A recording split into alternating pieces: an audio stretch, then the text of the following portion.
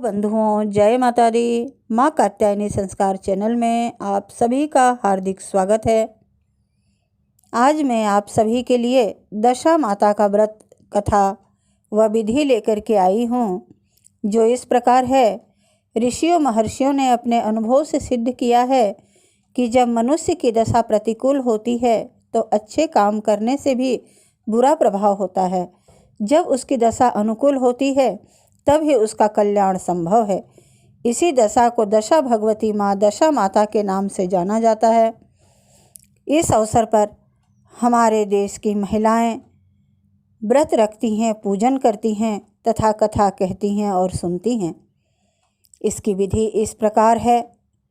दशा माता की व्रत के लिए जब तुलसी के पौधों में जहाँ उगे वहीं लगा हो, बाल निकले, कलोरी गाय बछड़ा जने, पहलोठी घोड़ी के बछड़ा हो, स्त्री के प्रथम गर्भ से बालक उत्पन्न हो, तब इन बातों का समाचार पाकर दशा माता के व्रत का संकल्प किया जाता है। परंतु शर्त यह है कि बच्चे शुभ घड़ी में उत्पन्न हुए हों। ऐसी ही स्थिति में दशा माता का गंडा लिया जाता है। 9 सूत कच्चे धागे को लेकर और 1 सूत व्रत करने वाली के आंचल को लेकर इस प्रकार 10 सूत का एक गंडा बनाकर उसमें गांठ लगाते हैं। दिन भर व्रत रखने के बाद शाम को गंडे की पूजा की जाती है। 9 व्रत तक तो शाम को पूजा होती है, परंतु 10वें व्रत में दोपहर से पहले पूजा की जाती है। जिस दिन दशा माता का व्रत रखा जाए उस दिन जब तक पूजा न हो जाए किसी को कोई वस्तु, यहाँ तक कि आग तक भी नहीं देते हैं।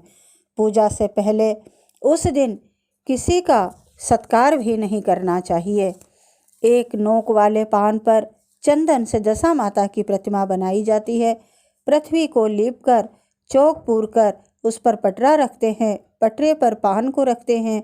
पान के ऊपर गंडे को दूध में भिगोकर रख देते हैं। हल्दी, पुष्प और अक्षत से गंडे की पूजा की जाती है और घी, गुड़, बतासा आदि से भोग लगाया जाता है और छोटा सा हवन करने के बाद कथा कही जाती है। कथा समाप्त होने पर पूजा की सामग्री को गीली मिट्टी के पिंड में रखकर मौन धारण कर व्रत रखने वाली स्त्री मिट्टी को अच्छी प्रकार से फेरती है। फिर स्वयं ही उसे कुएं, तालाब में सिराकर पारण करती है। पारण करने के समय बोलना नहीं चाहिए। पारण को थाली में नहीं छोड़ना चाहिए। थाली को धोकर उसे पी लेना चाहिए। यह दशा माता के व्रत की विधि है। अब दशा माता की पहली कथा, जो इस प्रकार है। एक राजा था, उसकी 2 रानियां थी। ज्येष्ठ रानी के संतान नहीं थी। छोटी रानी के पुत्र था। राजा छोटी रानी और राजकुमार को बहुत प्यार करता था। बड़ी रानी छोटी रानी से ईर्ष्या करने लगी। बड़ी रानी सोटिया डाह के कारण राजकुमार के प्राण हर लेना चाहती थी। एक दिन राजकुमार खेलता खेलता बड़ी रानी के चौक में चला गया। बड़ी रानी ने राजकुमार के गले में एक काला सांप डाल दिया। छोटी रानी राजकुमार की माता दशा माता का व्रत रखा करती थी। राजकुमार दशा माता का ही दिया हुआ था। दशा माता की कृपा से राजकुमार के गले का सांप आप ही आप सरक कर चला गया। दूसरे दिन बड़ी रानी ने राजकुमार को विष मिले लड्डू खाने को दिए। राजकुमार जैसे ही लड्डू खाने को हुआ तो दशा माता ने दासी का रूप धारण कर उसके हाथ से लड्डू छीन लिए। बड़ी रानी का यह वार भी खाली गया। रानी को बड़ी चिंता हुई कि किसी तरह राजकुमार को मारना चाहिए।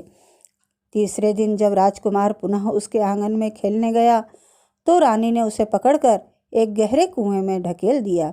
चूँकि कुआं बड़ी रानी के आंगन में बना था, इसलिए किसी को भी पता नहीं चला कि राजकुमार कहाँ गया। उत्तम जलाशय, शुद्ध स्वच्छ मकान तथा ऐसी ही दिव्य वस्तुओं में सदैव दशा माता का वास रहता है। जैसे ही बड़ी रानी ने राजकुमार को कुएं में ढकेला तो दशा माता उसे बीच में ही रोक लिया। इधर दोपहर हो जाने पर राजकुमार के न लौटने पर राजा व छोटी रानी को चिंता हुई। इधर दशा माता को इस बात की चिंता हुई कि राजकुमार को उसके माता पिता के पास किस प्रकार पहुंचाया जाए। राजकुमार को तलाश करने वाले कर्मचारी निराश होकर बैठ गए। राजा व छोटी रानी पुत्र शोक में रोने लगे। तब दशा माता ने भिखारिन का रूप रखकर राजकुमार को गले से लगाए राजद्वार पर पहुंची। वह राजकुमार को एक वस्त्र में छुपाए हुए भिक्षा मांगने लगी। सिपाहियों ने उसे दुत्कार कर कहा, तुझे भिक्षा की पड़ी है और यहाँ राजकुमार खो गया है। सब लोग दुख और चिंता से व्याकुल हो रहे हैं। इस पर दशा माता बोली, भाइयों, पुण्य का प्रभाव बड़ा ही विचित्र होता है। यदि मुझे भिक्षा मिल जाए तो संभव है कि खोया हुआ राजकुमार तुम लोगों को मिल जाए। यह कहकर वह देहरी के भीतर पैर रखने लगी। सिपाहियों ने उन्हें आगे बढ़ने से रोका। उसी समय दशा माता ने बालक का पैर वस्त्र से बाहर कर दिया। सिपाहियों ने समझा कि कुंवर उसके हाथों में है, इसलिए उसे अंदर जाने दिया। दशा माता कुंवर को लिए भीतर चली गई।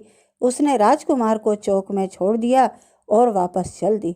परंतु रानी ने दशा माता रूपी भिखारिन को देख लिया था।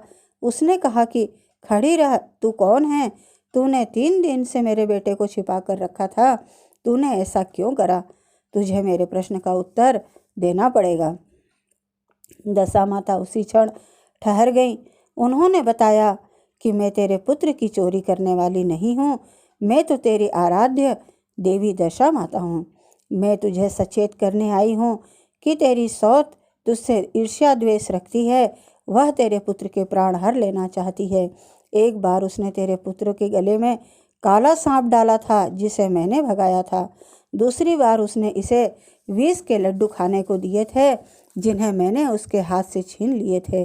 अब की बार उसने राजकुमार को अपने आंगन के कुएं में ढकेल दिया और मैंने इसे बीच में ही रोककर इसके प्राणों की रक्षा की है। इस समय में भिखारिन के वेश में तुझे सचेत करने आई हूँ।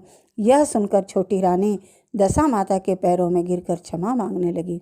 छोटी रानी विनीत भाव से बोली, जैसी कृपा आपने मुझ पर साक्षात दर्शन देके की है, मैं चाहती हूँ कि आप सदैव इस महल में वास करें। मुझसे जो सेवा पूजा बनेगी सो मैं करूँगी। इस पर दशा माता बोली कि मैं किसी के घर में नहीं रहती।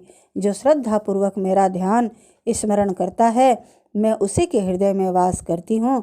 मैंने तुझे साक्षात दर्शन दिए हैं, इसलिए तुम सुहागिनों को बुलाकर उनको यथाविधि आदर सत्कार के साथ भोजन कराओ और नगर में ढिंढोरा पिटवा दो कि सभी लोग मेरा गंडा लिया करें, व्रत किया करें। इतना कहकर दशा माता अंतर्ध्यान हो गई। रानी ने अपने राज्य की सौभाग्यवती स्त्रियों को निमंत्रण देकर बुलवाया और उपटन से लेकर शिरोभूषण श्रृंगार तक उनकी यथाविधि शुश्रूषा करके गहने आदि देकर भोजन कराकर विदा किया। उसने अपने राज्य में ढिंढोरा पिटवा दिया कि अब से सब लोग दशा माता का गंडा लिया करें। बोलो दशा मात की जय। हे दशा माता, जिस प्रकार से आपने छोटी रानी के बच्चे को बचाया और उसकी दशा सुधारी, हे दशा माता, उसी प्रकार कहने सुनने वाले को, हुकारा देने वाले को, सभी की दशा को सुधारना, सभी की रक्षा करना। जय हो दशा माँ, जय हो दशा माँ।